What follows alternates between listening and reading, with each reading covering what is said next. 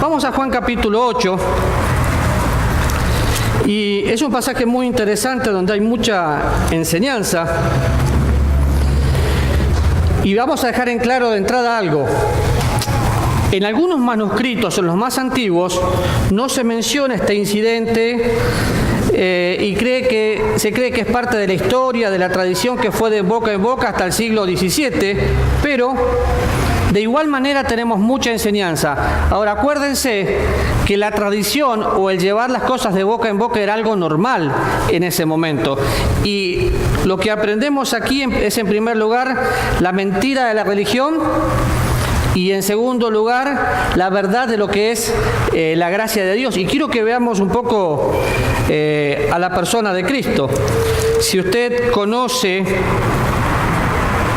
un poquito cómo va todo el pasaje del Evangelio de Juan, va a ver que el Evangelio de Juan nos presenta a Jesús de una manera muy tierna.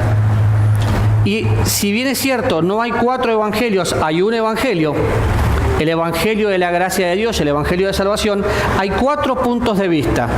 Un punto de vista de Mateo, que nos presenta a Jesús como el Mesías. ¿Por qué? Porque tiene y le está hablando a un contexto judío. Hay un evangelista, Marcos, que nos presenta a Jesús como el siervo.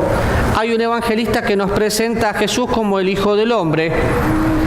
Y Juan nos presenta a Jesús como el Cordero de Dios que quita el pecado del mundo.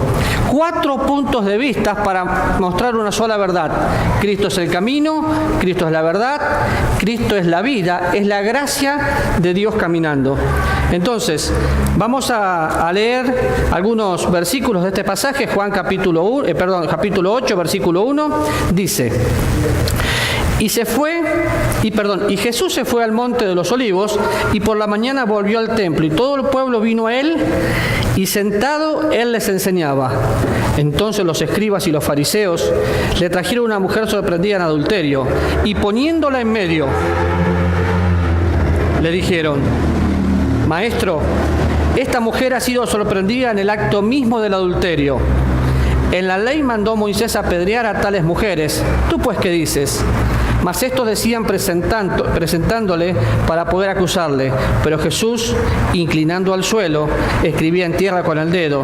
Y como insistieran en preguntarle, se enderezó y les dijo: El que de vosotros esté sin pecado sea el primero en arrojar la piedra contra ella. E inclinándose de nuevo hacia el suelo, siguió escribiendo en tierra. Pero ellos, al oír esto, acusados de su conciencia, salían uno a uno, comenzando del más viejo hasta los postreros. Y quedó solo Jesús y la mujer que estaba en medio. Y enderezándose Jesús y no viendo a nadie sino a la mujer, les dijo: Mujer, ¿dónde están los que te acusan? ¿Ninguno te condenó? Ella dijo: Ninguno, Señor. Entonces Jesús le dijo: Ni yo te condeno. Vete y no peques más. Padre, una mujer impactada por tu gracia y una vida transformada es lo que estamos viendo en este pasaje. Y ahora, Señor, al poder estudiarlo, te ruego que me uses y que nos desafíes a cada uno para tu gloria, para tu honra, para que podamos ser impactados como lo fue esta mujer y transformados como lo fue esta mujer. Gracias por tu gracia, que es el Señor Jesús. En su nombre oramos. Amén.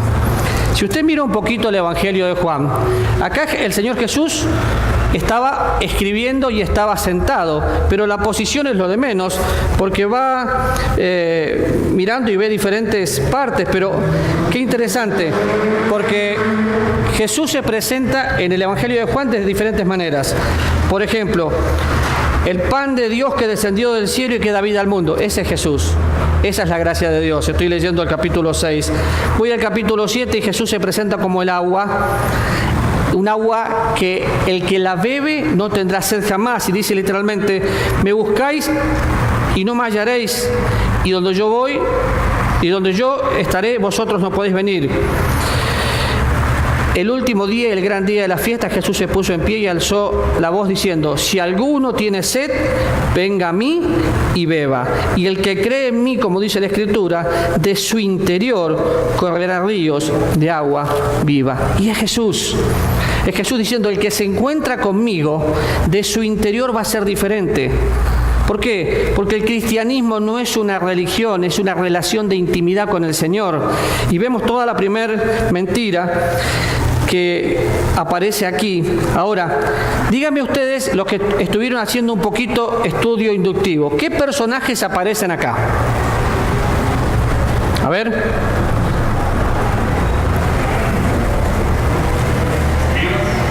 Perfecto. ¿Quién más? En los primeros versículos que leí del capítulo 8. Está Jesús, perfecto. ¿Quién más está ahí? ¿Quién? El pueblo. Los fariseos. Y la mujer. Solo observando se da cuenta lo que estaba pasando. Estaba el Señor Jesús, los fariseos y la mujer.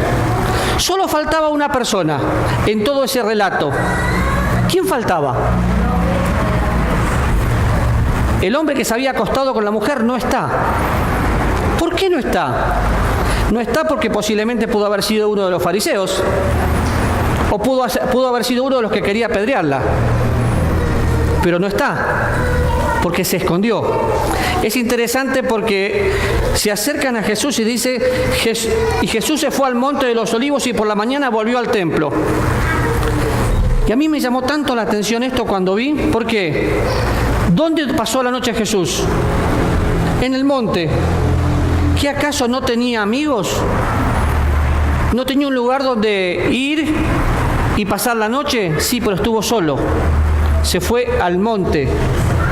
Cada vez que Jesús estaba en el monte, oraba. Su vida era diferente. Pero cuando pienso en eso, tuvo que irse al monte porque tal vez, y esto es deducción, no inducción, tal vez estaba solo. Tal vez tenía mucha gente que lo usaba porque él era el Mesías, pero no le conocía como Dios. Y dice que estaba en el monte y que vino. Y cuando viene, todo el pueblo vino a él. ¿Dónde llegó Jesús la primera vez? Cuando Jesús llegaba a un pueblo, ¿dónde iba por primera vez? Al templo, iba a una sinagoga, y muchos piensan que iba a una sinagoga porque era el lugar más consagrado.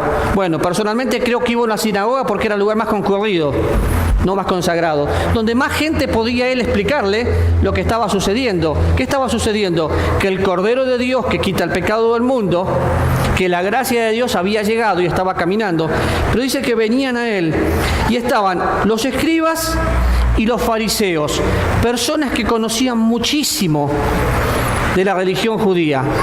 Para tratar de contextualizarlo al día de hoy, ¿quiénes estaban? Estaban un grupo de teólogos que conocían las Escrituras, que conocían intelectualmente todo, pero que no conocían el poder y la gracia de Dios. Entonces, pensando en todo esto, dice que le traen a una mujer. Ahora, como dijo doña Marta, creo que fue, el hombre no vino, solamente vino la mujer ahí y un montón de gente que le acusaba. ¿Y de qué le acusaban? De adulterio. ¿Qué había que hacer con una mujer que la sorprendía en adulterio? Matarla, apedrearla. ¿A ella sola? No, a los dos. ¿Por qué? Porque el adulterio yo no lo cometo solo, necesito un compañero, ¿verdad? Y dice: maestro, esta mujer ha sido sorprendida en el acto mismo de adulterio. Yo creo que el sarcasmo fariseo se estaba tratando de burlar de Jesús. Si Jesús le decía, todo está bien, no pasó nada, quebrantaba la ley. Pero Jesús, conociendo la ley y cumpliendo la ley, hizo una confrontación neutética diciéndole: ustedes también pecaron, no se vengan a burlar de mí. Y era algo muy común en ese momento. Pero, ¿tendrían que haber ido a Jesús? ¿O a quién tendrían que haber llevado a esa mujer en ese momento? porque Jesús no era un rabino, Jesús no era la autoridad. Entonces, ¿a quién tenían que haber llevado? Al Sanedrín de esa época, a la comitiva de los judíos, para que sea juzgada, pero no fueron ahí. Y el texto es claro, dice, buscaron a Jesús y encima le citan la ley. En la ley nos mandó Moisés a apedrear a tales mujeres, o sea, conocían la ley. A ver, Jesús, ¿qué vas a hacer? ¿Vas a cumplir la ley o vas a quebrantar la ley? Te estamos poniendo a prueba. Qué sarcasmo de parte de los fariseos. Y cuando seguimos mirando un poco, vemos que dice, hay que apedrear a tales mujeres. ¿Tú pues qué dices? Bueno, ¿qué dijo Jesús? ¿Alguien puede leer Levíticos 29:10?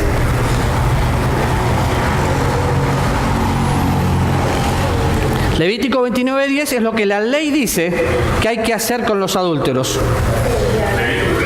Levítico 20:10. Dije 29, ¿verdad? 20:10.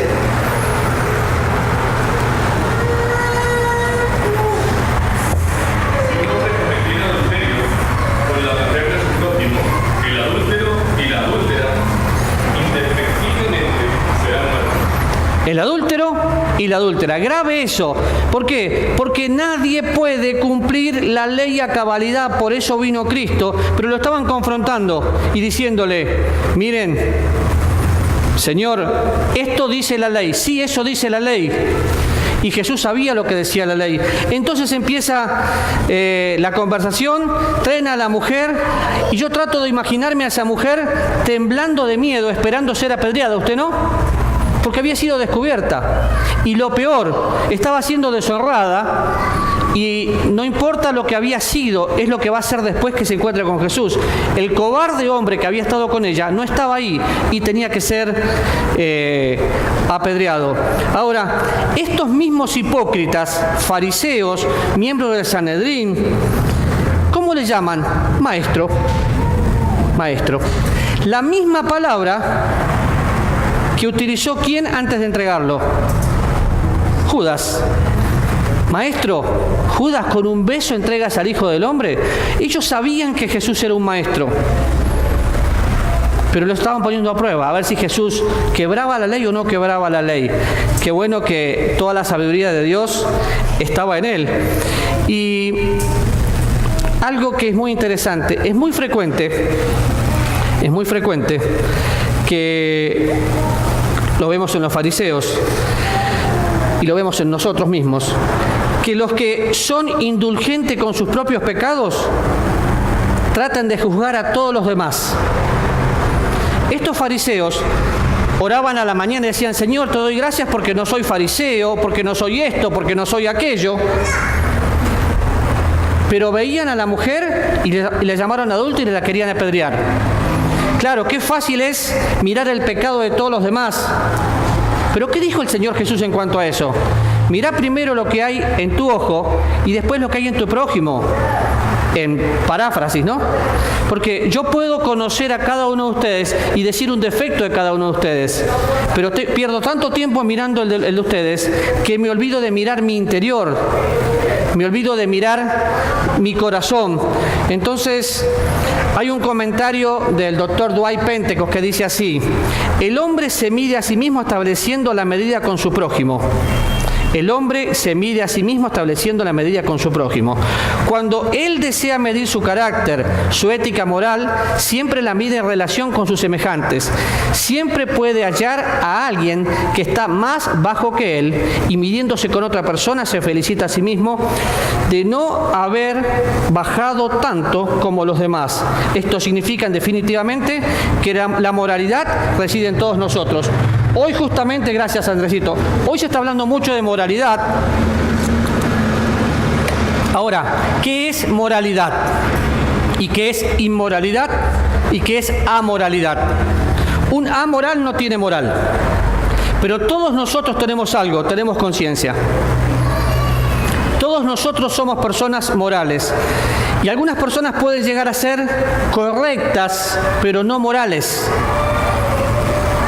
pueden llegar a parecer íntegras, pero no morales. ¿Por qué? Porque sin una relación en intimidad con Dios, la moralidad no existe, porque todo lo pueden hacer relativo. Y acá vemos un relativismo.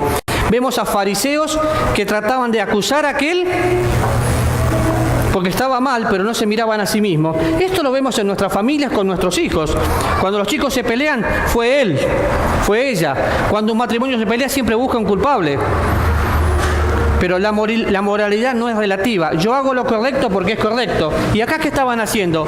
Exactamente lo incorrecto. Ahora, hay un momento donde el hecho de este pecado fue dado a luz. Y saben, algo que a mí me apasiona de Dios, que no hay ningún pecado que no sea puesto en evidencia, porque todo está desnudo ante su presencia, no hay cosa que se oculta. Y lo más lindo es que si no se revela aquí, un día se revelará en el cielo. Pero a esta mujer la pusieron ahí. ¿Para qué la pusieron? Para que Jesús la condene. ¿Y qué pasó? Jesús no la condenó, Jesús tuvo compasión por ella y al tener compasión con ella, compartió su corazón. Y fíjense el relato. En el relato dice, como insistían en preguntarle, se enderezó. ¿Qué estaba haciendo Jesús? Estaba escribiendo. ¿Qué estaba escribiendo? No sabemos porque la Biblia no lo dice. Ahora, lo importante no es la posición. Ni siquiera es el mensajero. Lo importante aquí es el mensaje que él estaba transmitiendo. Estaba transmitiendo un mensaje de vida, un mensaje que él es la gracia de Dios que transforma. Y cuando miramos un poco a esta mujer, qué feo habrá sido para los fariseos que estaban acusando y se habrán sentido ignorados, que Jesús haga y le hablen. ¿No sería feo eso? Es una manera muy elegante de decirle, no saben lo que hacen. Lo que están haciendo está mal. Entonces, Jesús los confronta ahí y vimos en toda la primera parte la mentira de la religión. Pero fíjense, inclinándose de nuevo hacia el suelo, siguió escribiendo en tierra. ¿Qué había pasado antes? Los miró y le dijo, el que de ustedes esté sin pecado, tire la piedra. Todos conocían la ley. Según ellos la guardaban a cabalidad. Pero Jesús, que le dijo, el que esté sin pecado, sea el primero en tirar la piedra. ¿Cuántas personas quedaron? ¿Cuántas? Solo la mujer y el Señor Jesús. La impecabilidad de nuestro Dios y la pecadora que fue transformada en una santa para el Señor. ¿Por qué? Porque Jesús los confrontó con la verdad. Y si en este momento el Señor nos mirara cara a cara, como en ese momento, y diría, el primero que esté sin pecado, póngase de pie. Qué fácil es mirar lo que hacen los demás. Ahora, hay muchas enseñanzas. Los fariseos y los escribas, ¿cómo venían? Venían en grupo. Pero siempre el grupo es dominado por uno, que en este contexto, que era el jefe del Sanedrín, el jefe de los fariseos, y guiaba a todos los demás. Cada vez que hago lo que todos hacen, voy a hacer algo incorrecto. ¿Por qué? Porque todos lo hacen. Por eso no quedó nadie, porque sabían que lo que estaba haciendo era incorrecto. Entonces se inclina de nuevo y sigue escribiendo en tierra. Pero ellos, al oír esto, acusados por su conciencia, uno a uno se iban, comenzando desde el más viejo hasta el más joven. No quedó uno solo. ¿Qué es la conciencia? La conciencia es el árbitro que tenemos, que nos enseña. El salmista dice en el Salmo 16, aún en la noche me enseña mi conciencia. Ahora, ¿cómo se alimenta nuestra conciencia? Todos nosotros tenemos conciencia, todos sabemos lo que es bueno y lo que es malo, pero una persona que no tiene un tiempo con Dios cada día, que no ama a Dios, que no tiene relación con Dios, ¿cómo va a alimentar su conciencia? No la va a alimentar. Va a tomar decisiones equivocadas. ¿Por qué? Porque mi conciencia tiene que ser alimentada por la palabra de Dios para dirigirme a buenas decisiones. En este caso, la conciencia de ellos los acusó. Los acusó de tal manera que se tuvieron que ir. Qué bueno, fueron honestos, porque sabían que estaban pecando. Y vemos que ellos insistían en preguntarle. Y el apóstol Pablo en el libro de Romanos, capítulo 2, dice: por lo cual eres inexcusable, hombre, quien quiera que seas tú que juzgas, pues en lo que juzgas a otro te condenas a ti mismo, porque lo que tú juzgas, practicas. El que esté sin pecado, sea primero en tirar la piedra, el Señor Jesús. El apóstol Pablo: hombre, cuidado con lo que juzgas. ¿Saben a qué me lleva esto? Me lleva a tener una actitud, en primer lugar, de mirar al Salvador y no a la religión, y decir: fue la gracia de Dios. Ustedes saben, esta mujer que fue confrontada, que fue avergonzada por todos los hombres, que se encontró cara a cara con Jesús, ¿qué le dijo Jesús? Mujer, ¿dónde están los que te condenan? Acá no quedó nadie, Señor. ¿Cómo que no quedó nadie? Y todos los que te acusaban, es que los que le acusaban eran unos mentirosos, religiosos, que no entendían eso. Entonces, siempre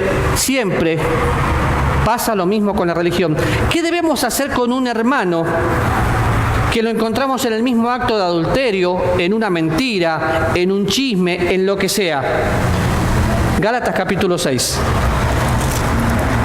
El tema es que a veces siempre hay que confrontarlo con lo que está haciendo. Siempre hay que decírselo con amor, pero cara a cara. Gálatas capítulo 6 dice exactamente los pasos a seguir. Y los pasos a seguir son: hermanos, si fueres sorprendido en alguna falta, vosotros que sois espirituales, restaurarles con espíritu de mansedumbre, considerándote a ti mismo, no sea que tú también seas tentado. Sobrellevad los unos la carga de los otros y cumplid así la ley de Cristo. Restaurarle, volverlo a ser igual. ¿Saben que por la mentira de la religión la iglesia se está destruyendo? Porque pensamos que nosotros, Dios nos puso para hacer algo. Dios me puso para una sola cosa. Si veo que usted está mal, tengo que decir lo que está mal, pero considerándome que yo también puedo caer y ver cómo le restauro. Y es lo que pasó con esta señora. ¿Dónde vemos a esta señora después? Pecando, volviendo a hacer lo mismo. No la vemos, porque fue transformada por la gracia de Dios. Al que mucho se le perdona, mucho ama. Si pensás un poquito en la mujer estaba avergonzada, había sido descubierto, es cierto, quizás ella era una prostituta, pero saben, lo vil y menospreciado escogió Dios para avergonzar a los sabios. Y entre ese vil y menospreciado está usted y yo. Y Dios nos tomó y no nos reparó, nos hizo absolutamente nuevos. Y es lo que vemos con esta mujer. Cuando pensamos en la gracia de Dios, algunas personas le tienen miedo. Porque dicen: ¿pero qué va a pasar si yo le digo a la persona ve y no peques más? Bueno, lo primero que Jesús hace, le dice: ni yo te condeno. La pena temporal que tenía de condena por los fariseos, por los escribas, había sido perdonada. ¿Quién se la perdonó? El Señor Jesús. Ve, no es de mirar, es de ir. ¿A dónde vas? Andá, sos libre. Ve y no peques más. El mismo apóstol Juan dice en el mismo capítulo, versículo 36, 32 primero: conoceréis la verdad y la verdad os hará libres. Versículo 36, así que si el Hijo os libertare, seréis verdaderamente libres. ¿Qué libertó a esta mujer? ¿La religión? No, la relación que tenía con el autor de la vida, Jesucristo. Usted y yo luchamos continuamente con cosas así. ¿Y qué le dice después? Hacé lo que quieras, no peques más. Fue un amor puesto en práctica, y Jesús es el autor del amor, Jesús es el autor de la vida. Pero acá hay un problema mucho más grave que una mujer adulterando. ¿Cuál fue el problema? Santiago capítulo 2. El deporte del cristiano. Ahora fíjense, vino un grupo de religiosos, de aparentes piadosos, a entregar a la mujer que había hecho lo incorrecto. En el versículo 11 de Santiago dice así: porque el que dijo no cometerás adulterio también ha dicho no matarás. Ahora bien, si no cometas adulterio pero matas, te has hecho transgresor de la ley. Así hablad y así haced, como los que habéis de ser juzgados por la ley de la libertad. ¿Qué es la ley de la libertad? La ley de la libertad es la palabra de Dios puesta en mi vida. Pero el que no comete adulterio siempre hace otra cosa. Y acá hubo un problema mucho más grave. Pasamos al capítulo 3, pero le invito a leer todo Santiago. En el capítulo 3 dice: hermanos míos, no os hagáis maestros muchos de vosotros, sabiendo que recibiremos mayor condenación, porque todos ofendemos muchas veces, y si alguno no ofende en palabra, este es varón perfecto, capaz también de refrenar todo el cuerpo. Y aquí nosotros ponemos freno en la boca de los caballos para que nos obedezcan, y dirigimos así todo el cuerpo. Mirad también las naves, aunque tan grandes y llevadas de impetuosos vientos, son gobernadas con un muy pequeño timón por donde el que las gobierna quiere. Así también la lengua es un miembro pequeño, pero se jacta de grandes cosas. He aquí cuán grande bosque enciende un pequeño fuego. La lengua es un mundo de maldad. La lengua está puesta entre nuestros miembros y contamina todo el cuerpo e inflama la rueda de la creación, y ella misma es inflamada. ¿Por qué? Por el infierno. Porque toda la naturaleza de bestias, de aves y de serpientes y seres del mar se doma y ha sido domada por la naturaleza humana. Pero ningún hombre puede domar la lengua, que es un mal que no puede ser refrenado, llena de veneno mortal. Con ella bendecimos al Dios y Padre, y con ella maldecimos a los hombres que están hechos a semejanza de Dios. De una misma boca proceden bendición y maldición. Hermanos míos, esto no puede ser así. ¿Acaso alguna fuente hecha por una misma apertura, agua dulce y amarga? Y sigue. Esta misma gente que acusó a la señora eran los líderes de la época, eran las personas espirituales, pero tienen un problema con el cual se siguió luchando. ¿Por qué Dios tuvo que castigar al pueblo? Por murmuración. En un día murió mucha gente. 1 Corintios capítulo 10. La lengua puede hacer mucho daño. Es cierto que quizás esta mujer cometió un adulterio, pero tan cierto es que yo puedo restaurarla y que el hombre tenía que haber estado ahí. Ahora, ¿saben? Estaba leyendo libros sobre la Asociación de Alcohólicos Anónimos. Ellos tienen algo que es digno de imitar y que nosotros no tenemos. Miren lo que digo, y no son cristianos. Hablan de un Dios superior. Cuando alguien en Alcohólicos Anónimos pasan 10 años y dice: llevo 10 años de estar limpio, pero sigue considerándose a sí mismo. Ahora, ¿qué pasa si un tipo 10 años está limpio, pero vuelve al alcohol? Y esa noche se emborracha y va a la reunión. ¿Saben qué pasa? Todo el grupo de Alcohólicos Anónimos, cuando él dice volví a caer, se pone a llorar. Lo alientan a seguir adelante, lo abrazan y le dicen: vas a salir adelante porque somos un cuerpo, porque estamos unidos. ¿Eso pasa en la Iglesia de Cristo? ¿Realmente? Si en este momento diríamos con toda honestidad, ¿quién tiene problemas que pueda compartir? ¿Saben que la gente no quiere compartir porque tiene miedo a ser vulnerable por el chisme? ¿Porque la lengua es un veneno que viene del mismo infierno? Obviamente yo no puedo dar el nombre y no puedo, pero esta semana estuvo internado alguien, o internada, no importa, que en el psiquiátrico por intento de suicidio. ¿Saben por qué los papás no quieren dar el nombre? Por miedo al chisme. No puede ser así. Somos la iglesia que Cristo compró con su sangre. Qué bueno que yo puedo caer mal, porque cada vez que alguien habla de mí, yo lo encaro. Y no escucho murmuración de nadie, porque es pecado. Y bastante lucho para vivir en santidad como para caer. Miren, es tan pecador el que usa su lengua como el que presta para escuchar. Y Dios condena eso de una manera ferviente porque viene del mismo infierno. Qué triste fue para mí no poder decir, a tal persona le está pasando esto, oremos y apoyemos a la familia. Obviamente Adrián y yo estuvimos ahí, Evelyn estuvo ahí, pero la gente le tiene miedo a la lengua. ¿Qué pasaría si yo vengo mañana y digo, miren hermanos, acabo de pelearme con Adriana? Sería lo más normal del mundo. ¿Qué matrimonio no pelea? Pero ¿saben qué pasaría? Te cuento algo como secreto de oración. No, perdón, eso es secreto de murmuración. Es lo que hicieron con esta mujer. Ahora, si tomás un montón de plumas y las tirás y después te arrepentís, ¿cómo juntás las plumas? Si el Señor Jesús no hubiera intervenido ante esta mujer, no lo hubiera impactado con su gracia, el testimonio de esta mujer hubiera sido destruido aunque Dios la perdone. ¿Por qué? Por la lengua de la gente. Lo que pasa es que hubo una obra sobrenatural de Dios, y es lo que Dios quiere hacer en nosotros, una obra sobrenatural.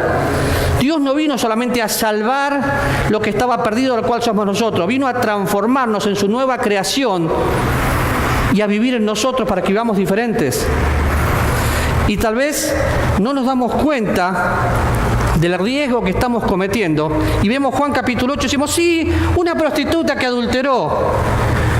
Pero no vemos todo el contexto de un grupo fariseo que acusó y no restauró. Somos la iglesia que Cristo compró con su sangre. Y si usted tiene un problema, es mi problema. Si usted tiene una dificultad, es mi dificultad. En estos días hay un muchacho que no es de nuestra iglesia, para que no saquen conjeturas, siempre tenemos que pensar en eso, que tiene problemas con la pornografía. Entonces me buscó porque no se anima a hablar con la gente de su iglesia. ¿Saben qué hicimos?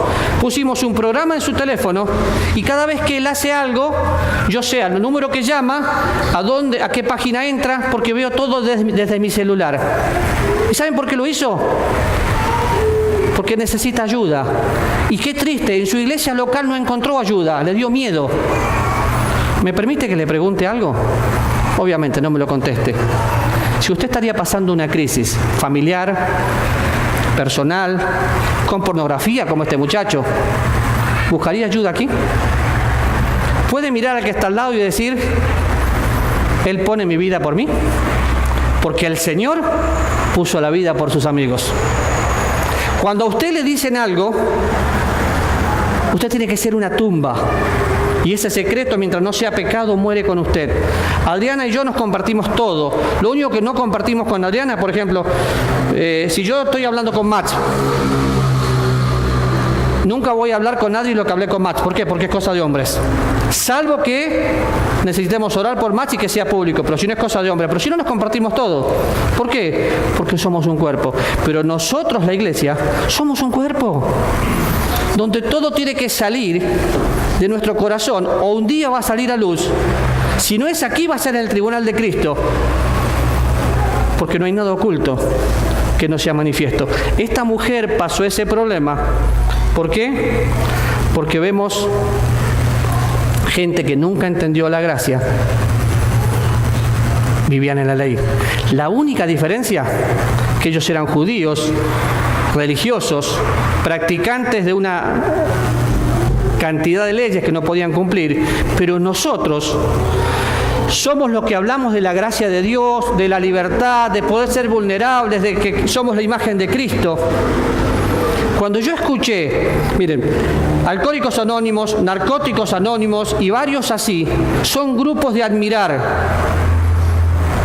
Y qué triste, porque no tienen a Cristo la mayoría de ellos, pero se ayudan. Y esto me deja un desafío. Hace unos domingos atrás yo enseñé lo que era unos a otros.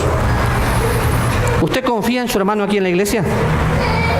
Su único lugar para encontrar el mejor amigo y el mejor aliado tiene que ser la iglesia de Cristo. En el mismo momento donde a mí alguien me viene a hablar de alguien, ¿sabe qué le digo? Esa otra persona no está y no estoy dispuesto a escuchar pecado. ¿Por qué? Porque tengo, en primer lugar, amor a Dios. En segundo lugar, tengo temor de las consecuencias, porque veo en la Biblia que el pueblo de Israel murmuró Y el Señor los reprende y dice, ni murmuréis como algunos de ellos murmuraron y perecieron por el destructor, se murieron. ¿Saben por qué muchos cristianos se van al cielo antes? Son salvos dejando los pelos en el alambre, sí, así como por fuego, porque no entienden cómo domar la lengua. Pero la Biblia me dice cómo domar la lengua. La llenura del Espíritu Santo, el control. Ahora, ¿cómo hago para controlar? ¿Me vienen a hablar? Disculpe, no estoy dispuesto a escuchar, porque un oído que escucha es lo mismo que una lengua que habla. Y pensamos otra vez en esta mujer, y Jesús pronuncia esas palabras, ni yo te condeno. Estaba siendo condenada por los hombres, pero el que nunca condena, cuando llegamos a Él con una actitud de arrepentimiento, la gracia de Dios en persona le dijo, estás perdonada. Le dijo, estás libre. Y le dice, anda, no peques más. Romanos capítulo 6 dice, ¿qué pues diremos? ¿Vamos a perseverar en el pecado para que la gracia abunde? En ninguna manera. ¿Por qué? Porque hemos muerto al pecado.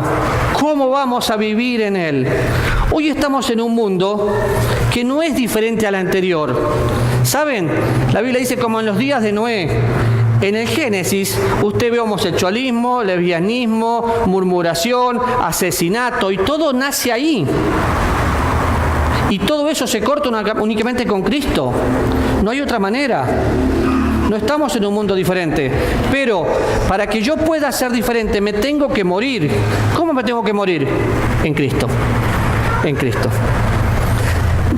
Si alguno quiere seguirme, deje todo lo que tiene, tome mi cruz, la cruz de Cristo.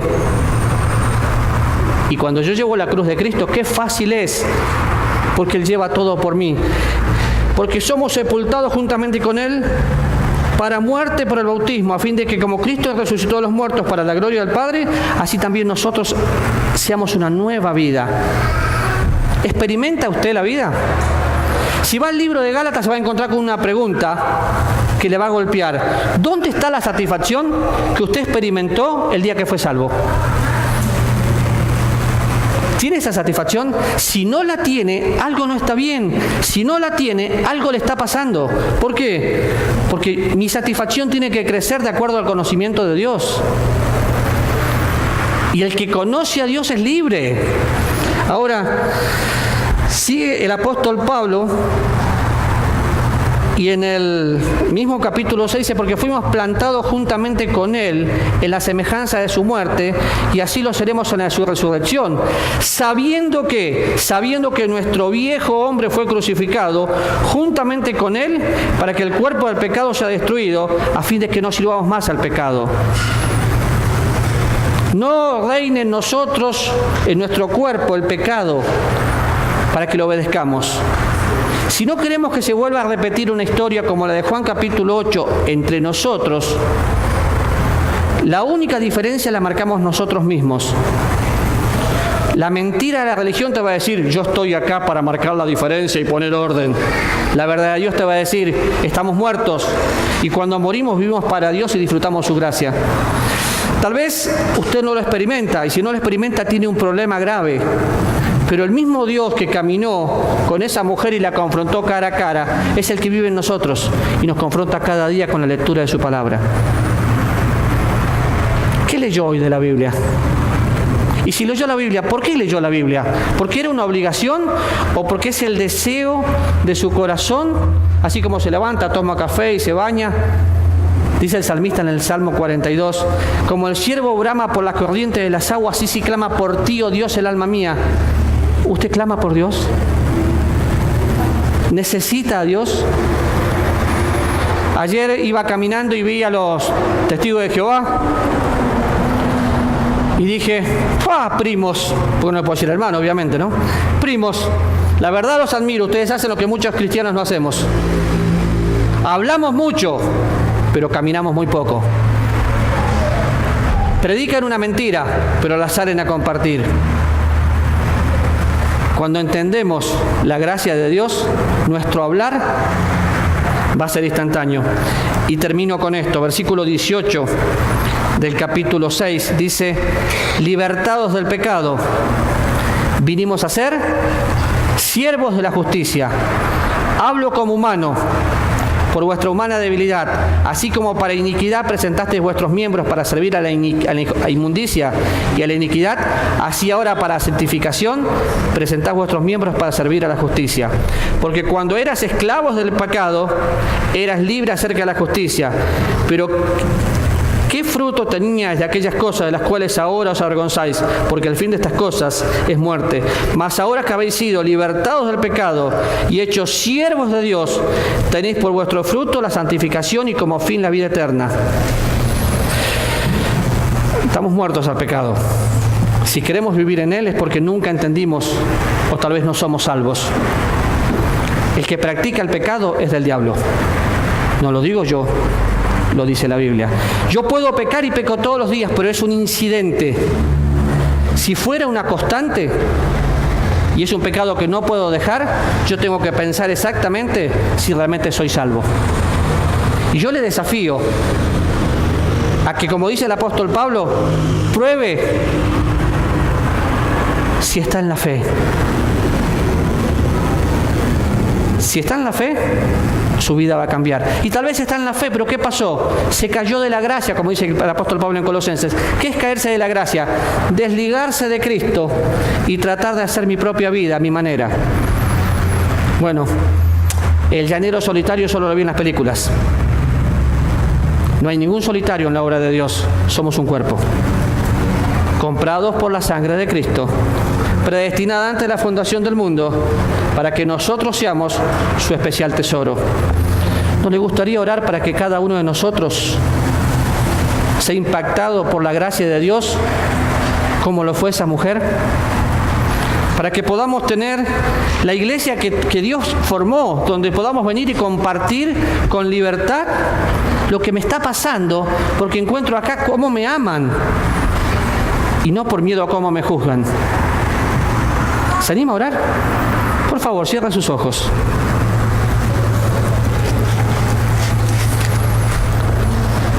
Usted acaba de escuchar a Dios. Y vemos en la Biblia una mujer que, si bien es cierto pecó, fue más dañada por los hombres que por su propio pecado. Yo le desafío en este momento, ahí donde está, en primer lugar, a preguntarse si tiene a Cristo. Si ya tiene a Cristo, a preguntarse si está en la gracia de Dios.